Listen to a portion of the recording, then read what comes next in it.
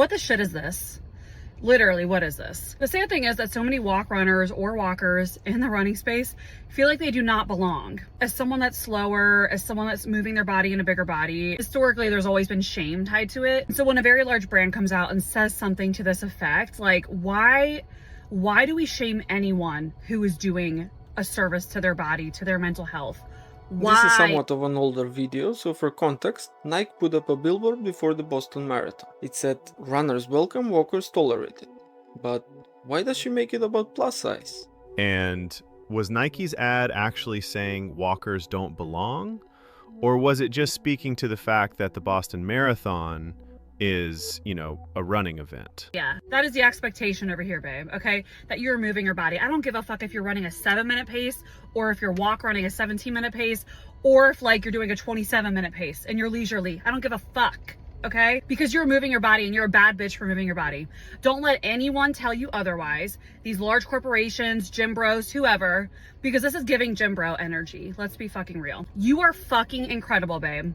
You are doing you, and that is all that fucking matters. The only thing that you have to do is to show up. That is the only expectation, okay? And everything else is whatever. Pace, whether you're walking, running, it doesn't fucking matter. You're showing up for yourself. That is bad bitch energy. And you are a bad bitch, okay? So keep moving your body. Don't let people try and tear you down. You're doing amazing. You're doing everything that you need to just by showing up. The only thing I find funny is pretending that every fitness brand has to market every activity equally all the time. Nike built its brand around this. Not every message has to be about everybody. And she's absolutely right about one thing. Moving your body is doing a service to your physical and mental health. Walking is phenomenal for you. But Nike making a joke about walkers at a running race isn't undoing the health benefits of your morning walk. At the end of the day, it's just marketing. A guy in marketing department came up with the idea, it's not a big deal. And by previous inclusivity campaigns, even Nike doesn't agree with Nike. Was very disappointed as someone who will be walking the Boston Marathon on Monday. While their Run Club app emphasizes celebrating movement of all kinds, fitness culture needs to change. I am a plus-size woman who exercises regularly, and there are times when I refuse to go to the regular gyms for fear of the BS. Way to go for posting this video and speaking up. This next one is about demanding praise just for showing up. Okay, so I am a plus-size girl, and I have an apron belly, and I am wearing a sports bra into the gym. And I'm gonna bring you along with me because representation matters, and maybe if you see me go into gym with my body type in a sports bra, maybe it'll empower you, my fellow big girls, to go into a gym with a sports bra. Because I feel like we should all be able to wear whatever we want to wear as long as we are comfortable in it. Especially when working out. So if you look good and you feel comfortable working out, then it's proven science that your workout will be kick-ass, okay? So, my gym crush is here. He just left though. Oh, that's so sad. Oh, I'll have to find a new one. All right, let's go. What you want. My concern is always what happens after the outfit is selected. Here's where fitness content gets weird. The conversation becomes what she's wearing instead of what she's actually doing. Notice the priority, her outfit, feeling pretty, and scouting out her gym crush. The actual training is an afterthought.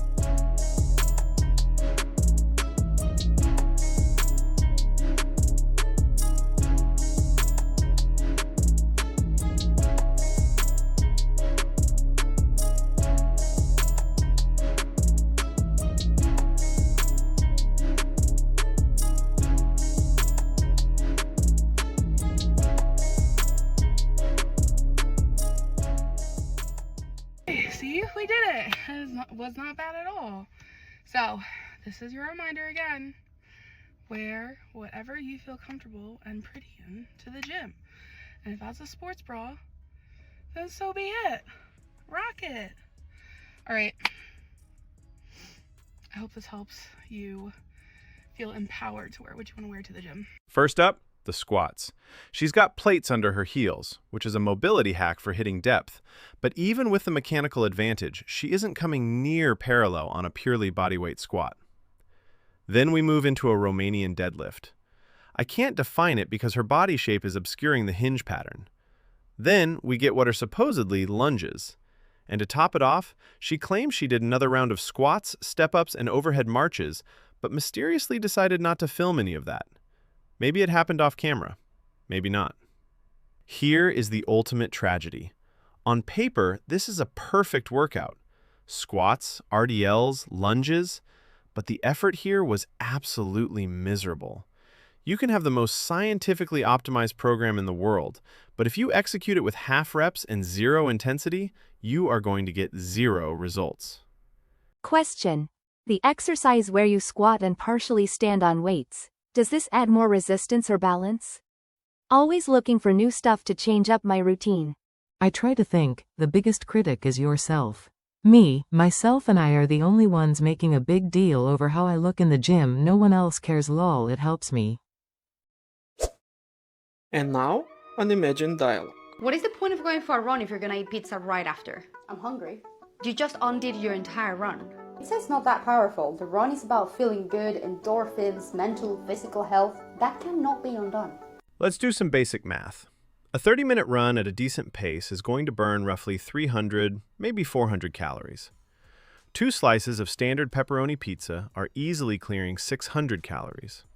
So mathematically speaking, yes, the pizza is quite literally twice as powerful as your run. So, if we are talking strictly about energy balance, it is infinitely easier to just not eat the pizza than run. If you actually care about long-term physical health, go lift some weights. Running is just acute calorie burning.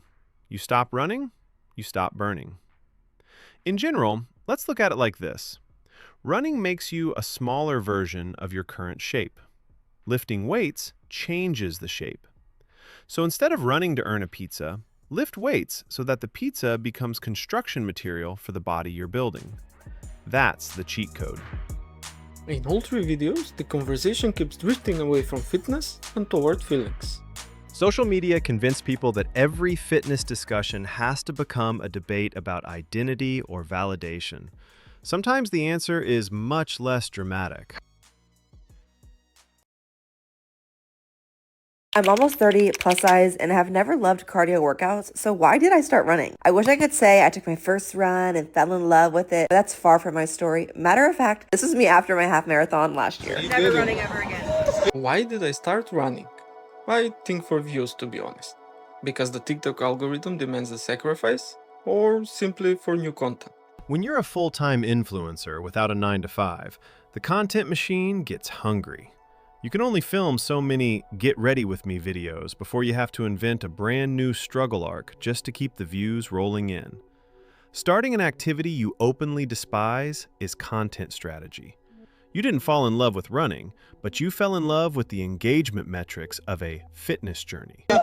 So while running has never been easy for me, it has taught me resilience and true joy to be able to move my body and challenge my mind. Finding joy in motion even when I'm tired. And now over a year into this, I've learned the importance of showing up for me. It's where I build my confidence doing things I truly never thought that I could. And of course, with any new hobby, I have to get all the gear that makes me really look official. I love my Gutter running glasses. They're so lightweight and they don't fog up when I'm all sweaty. And I will be wearing them when I do run another half marathon this year. She calls this running, but doesn't seem like it. And honestly, thank God, it's good she isn't actually running. When you're morbidly obese, the sheer physics of running will stress your knees. Every time your foot strikes the pavement, you send shock waves through joints that are already carrying an immense load.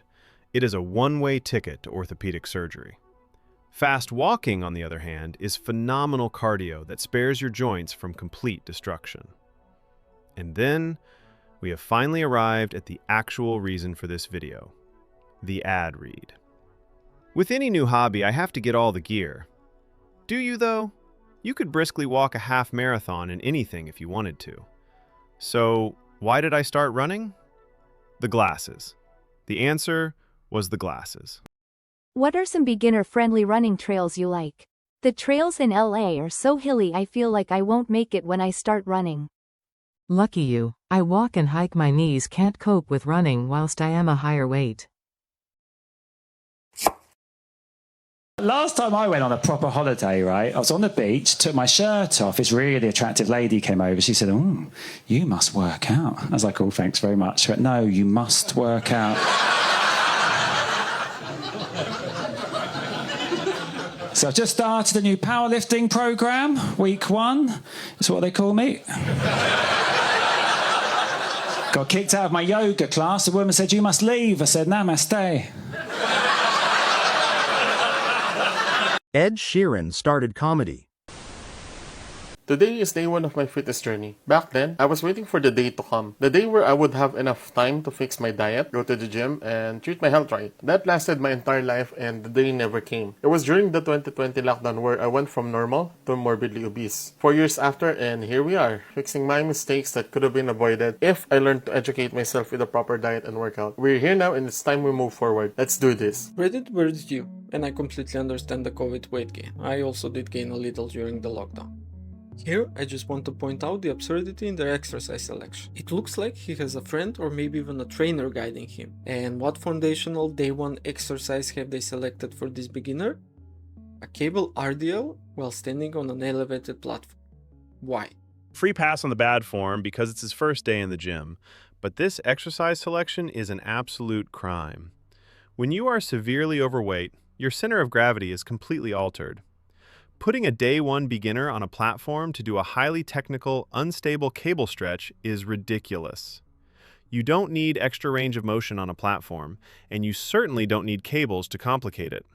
Let me say it again, a cable RDL on a platform. A cable Romanian deadlift, elevated. I need to understand the biomechanical thesis here. Are we trying to increase the range of motion by adding height or change the angle? Because the cable stack already gives you constant tension through the full range, the platform isn't adding a deeper stretch. Keep on grinding, bro.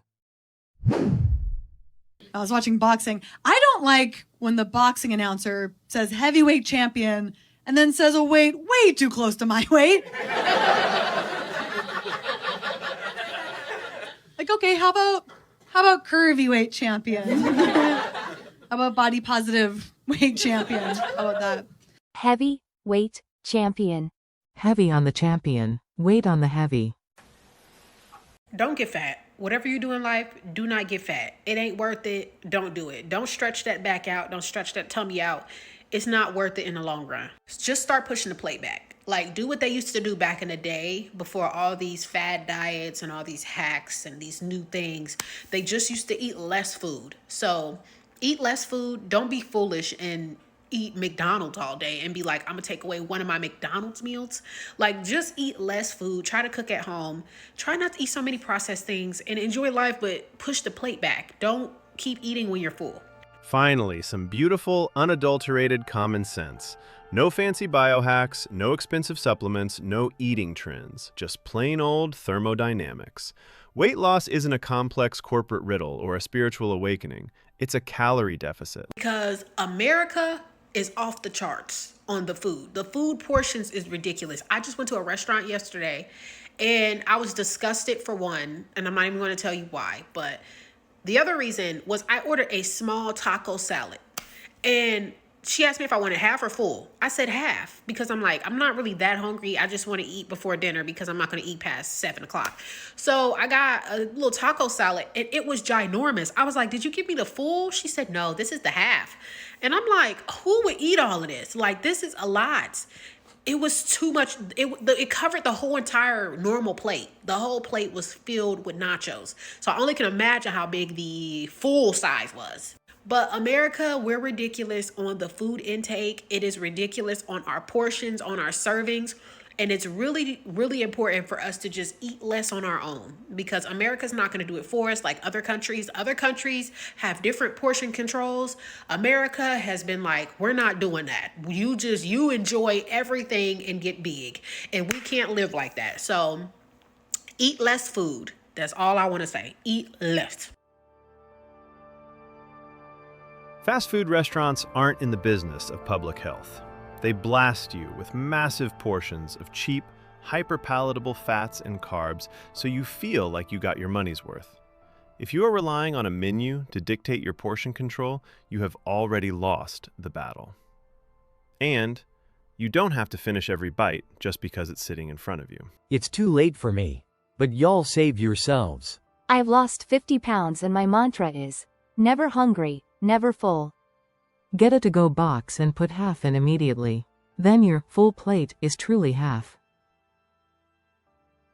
Hey everyone, we're plus size park hoppers. One thing about us is if we're going on a road trip, we are bringing snacks. But the perfect snack has to check a few boxes, which is why we're partnering with True Fruit because they check them all. First, it has to be easy to pack. Something you can just toss in your bag and pull out when you're ready for a sweet treat. True Fruit's resealable packaging is a road tripper's dream, especially when you have a 14-hour drive ahead of you and you want to try to save some for later. These chocolate fruit treats are so delicious though, you might just want to eat them all at once. Second, it has to be shareable because if one person in the car opens a snack, suddenly everyone's hungry. I included this one because the marketing logic was wild to me. We have plus-size park hoppers partnering with a chocolate company. From a marketing perspective, I need to know the boardroom pitch. Let's pay visibly, severely obese women to be the face of our indulgent snack. When people see them eating our product, they'll think, what exactly? Wow, that looks healthy and slimming? The subtext of this ad is now, eat True Fruit, become a plus-size park hopper. That's the visual association. The chocolate company just tied their brand identity to the literal physical outcome of overconsumption. You're selling a treat that's a little indulgent and pairing it with bodies that scream a lot of indulgence. The logic is so backward, I'm impressed. Clearly don't need resealable bags. Resealable? Shareable? Okay.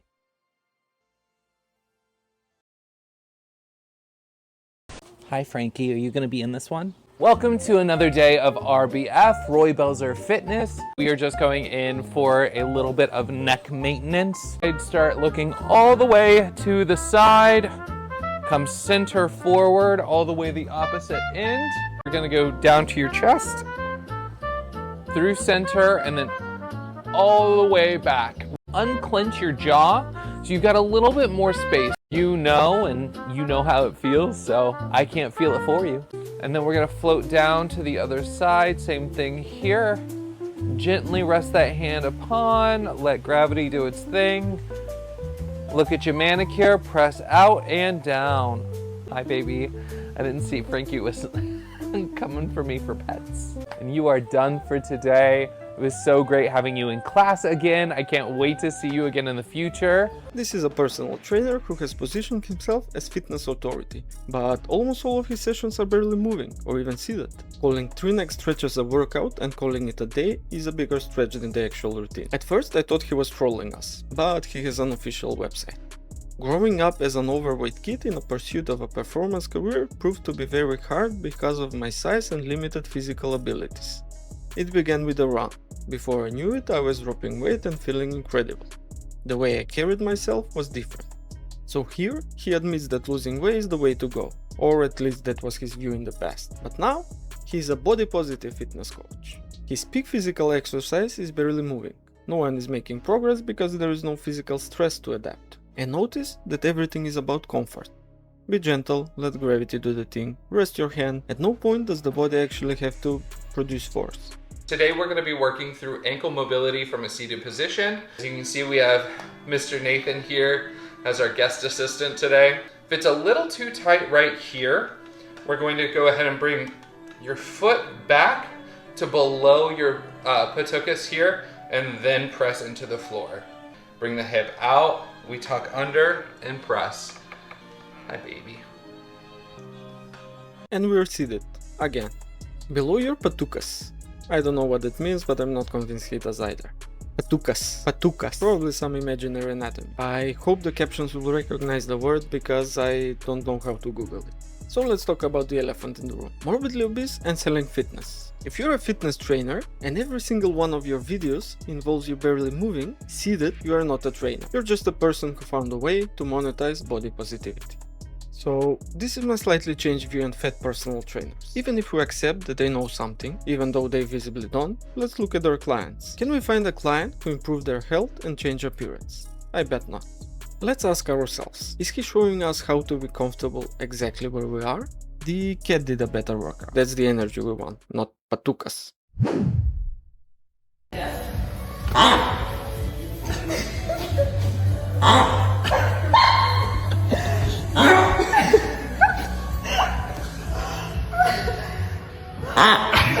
Just extra core workout, trying not to laugh. Dear Lord, do not let my trainer see this. Rep a pig. Things I want more than I want to be skinny. This framing implies that the only alternative to her current state is skinny. Not healthy, not fit, but skinny. I want to enjoy meals with my loved ones without counting calories. Not being obese doesn't mean you have to count calories. You can enjoy meals without counting calories and also not be morbidly obese. In fact, being obese makes it harder to enjoy meals, enjoy life in general. I want to feel strong and capable and energetic in my body. How does being obese help you in being energetic and strong? Losing weight is the single most effective thing you can do to increase your energy. I want to build new skills and I want the energy to do it. I don't want to be so strict that my life has no space for spontaneity. Yes, it's very spontaneous when walking a flight of stairs requires a 5-minute rest. I want space in my brain to be kind, curious and empathetic that is not taken up by a desperate need to shrink. She's claiming that being fit takes up all this mental space. But obesity is a state of chronic inflammation. That inflammation impairs cognitive function. This is a fact. Brain fog, depression, anxiety, worse brain functions. Ironically, obesity itself is associated with worse cognitive health, even IQ. And most of all, I don't want to be the boring person who always bangs on about their diet. How incredibly dull. Fit people almost never talk about their diets. But you know who do? People who struggle with the weight. You're the main character in the exact story you're criticizing. For every point, the call is coming from inside the house. There's so much more to us than diets, workouts, and body size. You're fat. I'm fat. Yeah, it is. You're very fat. Why is that? Because I see the body is huge. But muscles grow too. Muscles grow big. Yeah, muscles grow big, but you're fat also. So this is fat. That is fat. You're eating much. You have to find exercise. So I need to do exercise. Yeah. I'm trying to get bigger. But I think this is enough. Yeah, if you'll be bigger, you will fail to walk. But someone that is fat doesn't have six-pack. Yeah. Maybe. So, do I have a six-pack? Yeah. But I'm fat. But you're fat. What does fat mean? Fat means someone who is huge. Big. Yeah, like you're fat. If you are fat, you have to do exercise every time. I exercise a lot. You exercise a lot and you're eating a lot. So is fat bad? Fat is bad. But exercise and good eating is good. Good eating, good exercise. If you're fat a little bit, it's good. But if you're fat and not doing exercise, it's bad. So I am fat, but I do a lot of exercise, so I look good. Yeah, you look good. He's trying to tell the white guy that he won't outrun a lion. Folks, Kenya's national language is English. The man knows what he said, lol. Bless y'all for trying to sugarcoat it. Imagine if he went to a Walmart. I don't know how to make people understand that fatness is not inherently the problem. I didn't just become fat. My mental health suffered. I prioritized my job. I have a terrible relationship with food. I had a terrible relationship with movement that all led to me becoming fat. So when you say things like, jump on a GLP-1 and you'll get thin, cool. How does that change any of those things? It fucking doesn't. That's why a lot of people jump on a GLP-1 or choose to get thin because they think it solves all of these problems when all of it solves is your fatness. I think she's right that GLP-1 doesn't fix any of those. But getting thin actually does solve all of the things she listed. Losing weight reduces inflammation, which improves mental health. I prioritize my job. You will prioritize fitness. I had a terrible relationship with food. Losing the weight translates to you bettering that relationship. Terrible relationship with movement. Losing the weight through diet and exercise solves this as well. So indeed getting thin solves everything you listed. I posted a lot of my workout stuff and then I had to stop posting it because some of y'all are miserable. When you see me working out in a gym and you say, oh, but your fatness hasn't changed. Who the fuck cares? Because my fatness isn't currently hindering me from anything other than fitting on roller coasters. Don't want to do that anyways. My fatness only makes you not like me. It doesn't make me not like me. On paper, I'm doing great. I'm helping my mental health. I'm treating my ADHD. I've changed my relationship with food. I'm moving more consistently. If this body wants to change, she fucking will.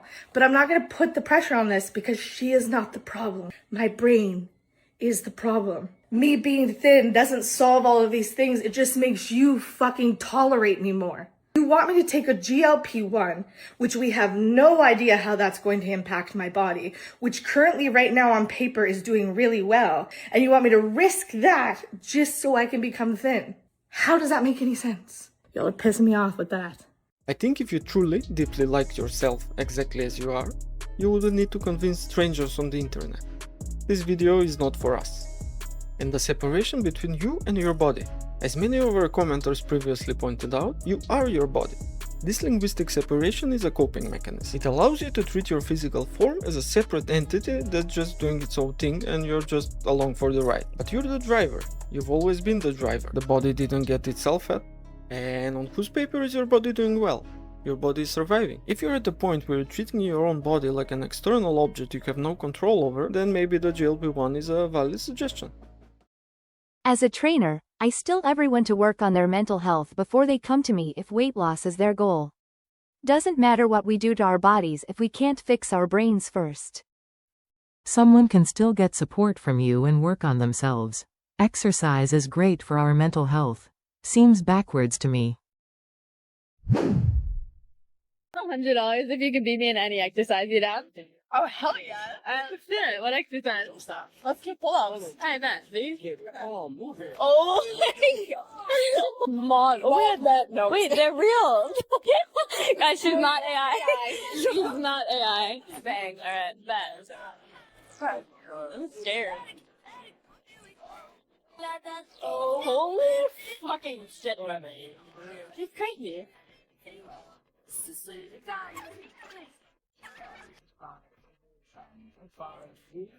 Oh my god, I hate these. I know. How did you do? That was 12. That was 12. Oh yeah. I'm scared. Oh, I just banged my knee. Oh yeah, me you got easies. Yes. Oh god, you got it. You got it. Yes. Oh, dude, that was sick. Good job. Thank you. Thank you. Thank you, man. No. Soon as she took off her shirt, I would have given her the money. Bro challenged the final boss unknowingly lol. Here's a quick guide to getting set up for your barbell back squat. I'm gonna walk over to the rack, put my hands in the same spot on both sides of the bar. Once I get under this bar, I'm gonna wedge it into the top of my back. I'm pulling it into me. Once I'm set, I'm gonna stand straight up, push my feet through the ground. Now I'm taking 3 steps only. I'm gonna go back 1, out, out. Now that I'm set and ready, I'm gonna take a second. Big brace, sit down into my squat, drive through the ground, stand up nice and tall. Maybe I'll go for a few reps. And then you're gonna walk it back in. And the way you do that is you bring your feet together, and now you're gonna walk, walk, walk until the rack stops you. And rest it. Happy squatting. If you remember the video, this is the obese trainer who was teaching us how to squat. Now she is doing something similar. Here are some things. First, she's using suicide grip. Thumbs over the bar, no tension, just casually resting her hands. The point of your grip is to create tension. Narrow as you can manage, elbows pulled forward to lock your upper back. Also, if this is meant to be a high bar squat, and the setup says it is, the bar needs to actually sit up on your traps, so slightly higher. That's the difference between staying upright and folding forward like her. High bar, upright torso, low bar, more hip hinge. Second, the chest is caving and she's treating the bar very gently. You should pull the bar down into your traps like you're trying to bend it across your back. Maximum tension. Third, her stance is wide. Since high bar demands a more upright torso, a super wide stance fights against that. It's pushing her into a good morning position before she even descends. Experiment with stance, yes, but understand that the bar position dictates the mechanics. Even her toes are too out. And lastly, she's not even close to parallel, and yet her feet are lifting off the ground. That's a sign of weak glutes and core and poor ankle mobility. The camera angle shifts so we can further analyze this, but no one should take her advice. What's your gym rant? I think male personal trainers, no offense, are low-key just like dudes who weren't interesting enough to have a podcast. And they just get their ego boosted and they say whatever they want. Like, I was in this class and then this man, he said all these like insane things. He'd be like, crunch up, get that money. You know, I'm like, Jesus Christ. Okay, oh my God. Keep making me laugh, because the more I laugh, the cheaper your session's gonna be. Wait, I have more. Oh, wow. Get that money. Get that money. Have you ever heard that abs are made in the kitchen? He would always say abs are made in the kitchen, like while I'm crunching, and I'm like, let's stop then. Like, what am I doing here? If abs are made in the kitchen, like, let me be a woman and go to the kitchen, you know? You get to the kitchen, and they're like, eat all these powders, like protein powder and L-glutamine and creatine powder and greens, athletic greens and fucking pre-workout and shit. And I'm like, at this point, I'm like doing the cinnamon challenge. I feel like I'm like 80% lean muscle mass, 20% dust. Like, the only powder I am not doing is cocaine, and that would actually make me skinny. That was amazing. Fucking hilarious. Jesus. Me after going on her profile. Ooh, she's a comedian. I'm so glad. Correct path for her. Immediately follows. No kitchen needed. She was cooking from the bar. Things you didn't think I could do at the gym because I'm fat. Here, you see a fat person climbing a rope. I'm supporting my body weight with my arms, and my arms are not crippling beneath me. This is just another reminder that simply because you can see what I look like does not mean that you know anything about my fitness level or my health. Thank you so much. Have a great day. I'm supporting my body weight with my arms. She doesn't have the upper strength to pull herself up. This is a technical rope climb, but I think we were supposed to be impressed. Hello. What are you doing with your feet? Why did they not teach you this in elementary school when climbing the ropes? Great job. Tip I was taught, bring your knees up as high as you can, that way you don't have to do so many footholds. I can't even climb a ladder. It's impressive, keep it going.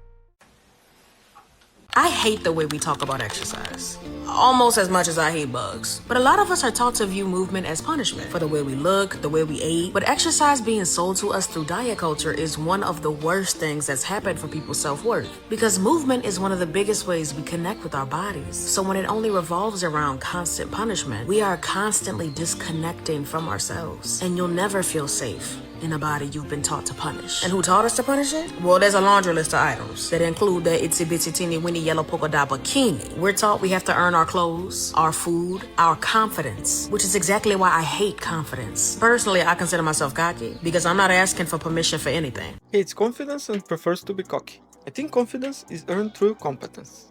I'm bad at narrating and have zero confidence, but with practice I hope to get better as my confidence grows. But cockiness, especially when you're actively neglecting your health, is just a defense mechanism. And I know, unlearning these things at first seems terrifying, and it feels too scary to move past it. But the more you look at it, the less scary it becomes. You start to see it for what it actually is, just a lizard. And then you run right past it. Maybe, still scared, but that's okay, because real courage is doing it scared. But don't let your biggest fear be yourself. You deserve to move your body however you want, whenever you want, wearing whatever you want, because your body was never the problem. But these little bugs out here might be though. Your body was never the problem. But if you're unhealthy, if you're in pain, if you can't climb a stairs without losing your breath, your body is a problem. More specifically, the way you treat your body is the problem. Ignoring this isn't self-love. And going to the gym and lifting heavy is the ultimate way to actually connect with your body. This is my why as a fitness instructor. We get to move our body how and when we can for ourselves. Wow, the side view the worse than the front. Why would you want to look like this? Parkour isn't just a hobby, it's a lifestyle. I've been doing parkour since I was really young and not everyone can do it as me. It's a lot of hard work and you got to be very disciplined. Here I'm doing a really advanced technique. As you can tell, I'm pretty much a pro athlete. You should not try this at home under any circumstances if you're not a trained professional as I is. I've trained with some of the greatest in the world and it is my biggest passion in life. Parkour is everything to me. This gave me anxiety. To be honest, I'm unable to do most of these things at home. Pretty sure this is the monologue in my daughter's head. She's not even 2 yet. Do you ever get that little brainworm in class when you're one of the bigger people there, or you're just bigger, taller, wider than the instructor, and you are finding it so bloody hard, and it is making you feel so shitty that you can't do everything, and you just feel like you don't deserve to be there? Well, if you do, I have a little brain hack for you. The people you're comparing yourself to, could they do that thing they're doing with a 10, 20, 50k weight on their back? If they had more body weight, would they be able to do that thing with such grace and ease? Because when you're bigger, taller, wider, you weigh more, and therefore body weight movements are harder. And I think it's something movement teachers are really, really bad at adapting for. Because if I'm twice your weight and I'm doing the same thing as you, isn't that doubly impressive? It's like when you're a slow runner and you're actually running for longer than your faster counterparts for the same distance. You just got to change how you're thinking about it. The second part doesn't make sense at all. A slow runner and a fast runner both ran a 5k. One did it in 20 minutes, the other in 40. The slow runner spent more time running, but that doesn't mean they work harder. So when comparison comes to be the bloody thief of my joy, I think about this and it really, really helps. So maybe it will help you too, babe. Love ya. Mwah. Another obese fitness influencer, another take rep in self-compassion, that forgets to mention anything useful. Fair point, but there is a pattern here.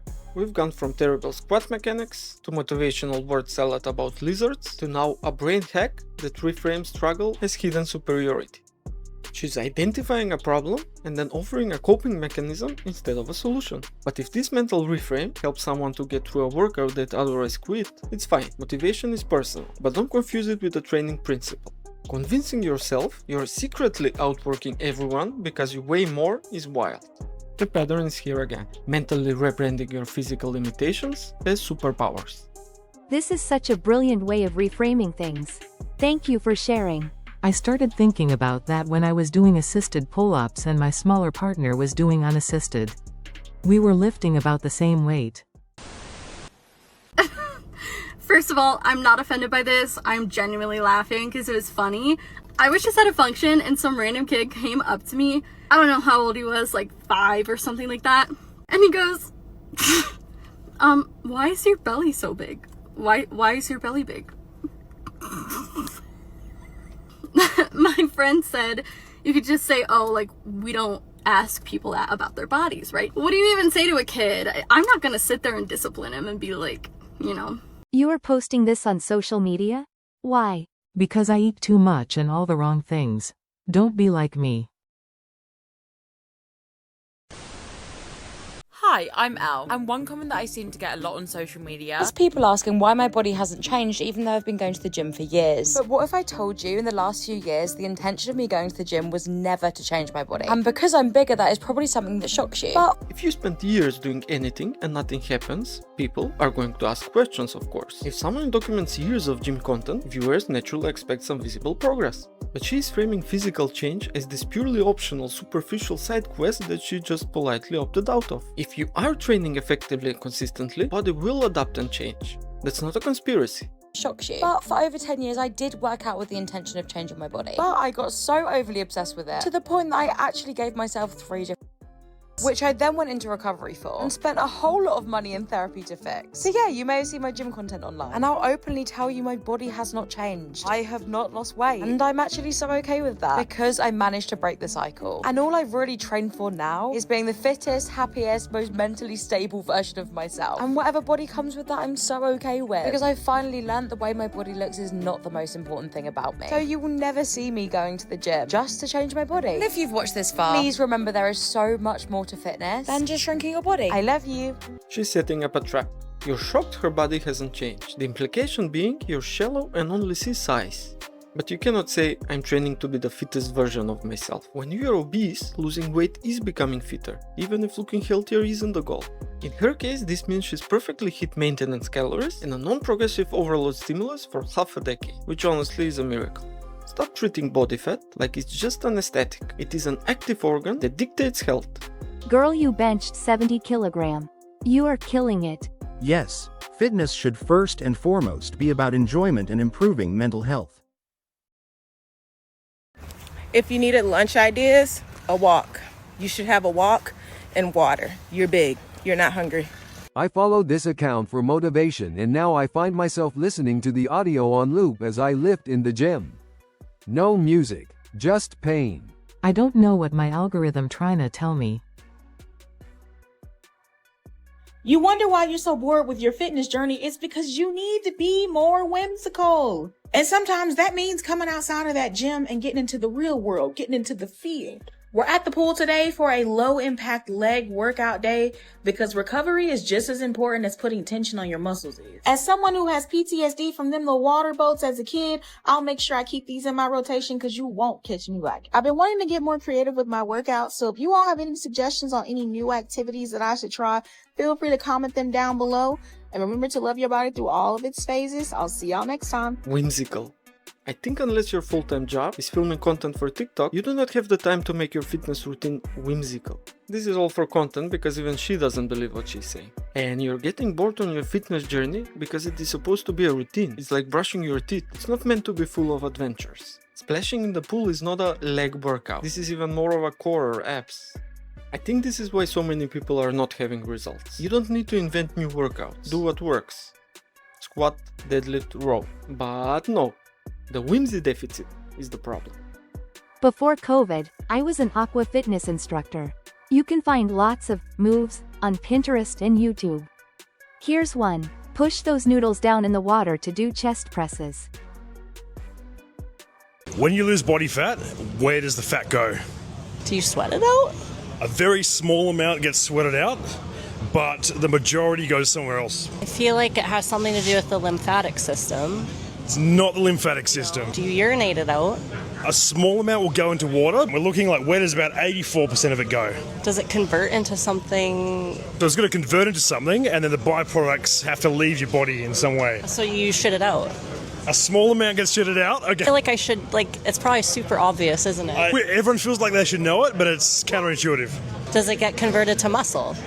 No, because then if you're big and fat and you diet it down, you'd be all jacked. I have no idea. Actually breathe it out. It gets converted to carbon dioxide and water, and you breathe out about 84% of it, and the water gets used up by your body, so some of it will get excreted, some will get sweated, like you said, but the most of it gets breathed out. That is wild. I never would have guessed that. So there's fat in the air? This is what Phil Collins was all about. That's why I'm always gaining weight. I guess they can smell my fat from miles away. Don't breathe on me. I'll get fat. Ooh, I don't care where it could go. You think I'm gonna go look for it? If you asked me 3 years ago when I was insanely overweight if I would consider hiring this person as a coach or to train with them, the answer would be no. The whole reason I hired a coach in the first place is because they set the example for me, because it was motivation for me to have someone, an authority figure in front of me, showing me with their physique, with their nutrition, that they are so dialed in that they can actually help me achieve my goals. This is common sense. You do not hire a coach who is losing the same battle they're supposed to be helping you with. But pointing that out is bullying.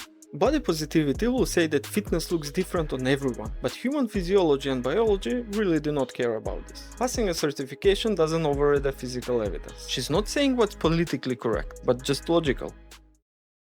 I wouldn't hire someone to transform my life if they couldn't even transform their own. Nowadays, everyone wants to just get a job because it's trending or it fits their paycheck. But if you are not setting the example with your physique alone, how do you expect your clients to actually change? Because as a coach, you hold the upper hand. You are the example that you set for your clients. And if you are not looking the part or not acting the part, your clients are not going to follow their plan, because you are not setting the standard for them. This perfectly ties in with the first video. If you've been training for years and your body composition has not changed at all, what credibility do you have to teach us about fitness? Obviously, her methods aren't working. Yes, the argument is that diet is a separate thing. But again, clients are paying for transformation. If coaches rationalize their lack of progress, you'll rationalize yours. Your body is your business card. Agreed. I fully believe that bigger people belong in fitness spaces, just not as a professional instructor. When I see a coach, I see a person that either has the health, sometimes the physique, but can dominate the sport, training on a high level. She does not. These positions are earned with sweat, tears and years of discipline and training, not handed out because you are nice or trying your best. I don't know about y'all, but I feel like one of the bigger back thought processes I've had thus far is that whenever I have a bag of chips, for example, my brain tells me, okay, listen, if you eat the whole thing now, then there won't be any later to tempt you. Henceforth, if you want to be skinny later, you have to eat the whole bag now. Yeah, big back and big brain, hell yeah! Big back and big brain. Only having to experience the guilt once. Because how are you going to start your diet tomorrow if there's still junk food in the house?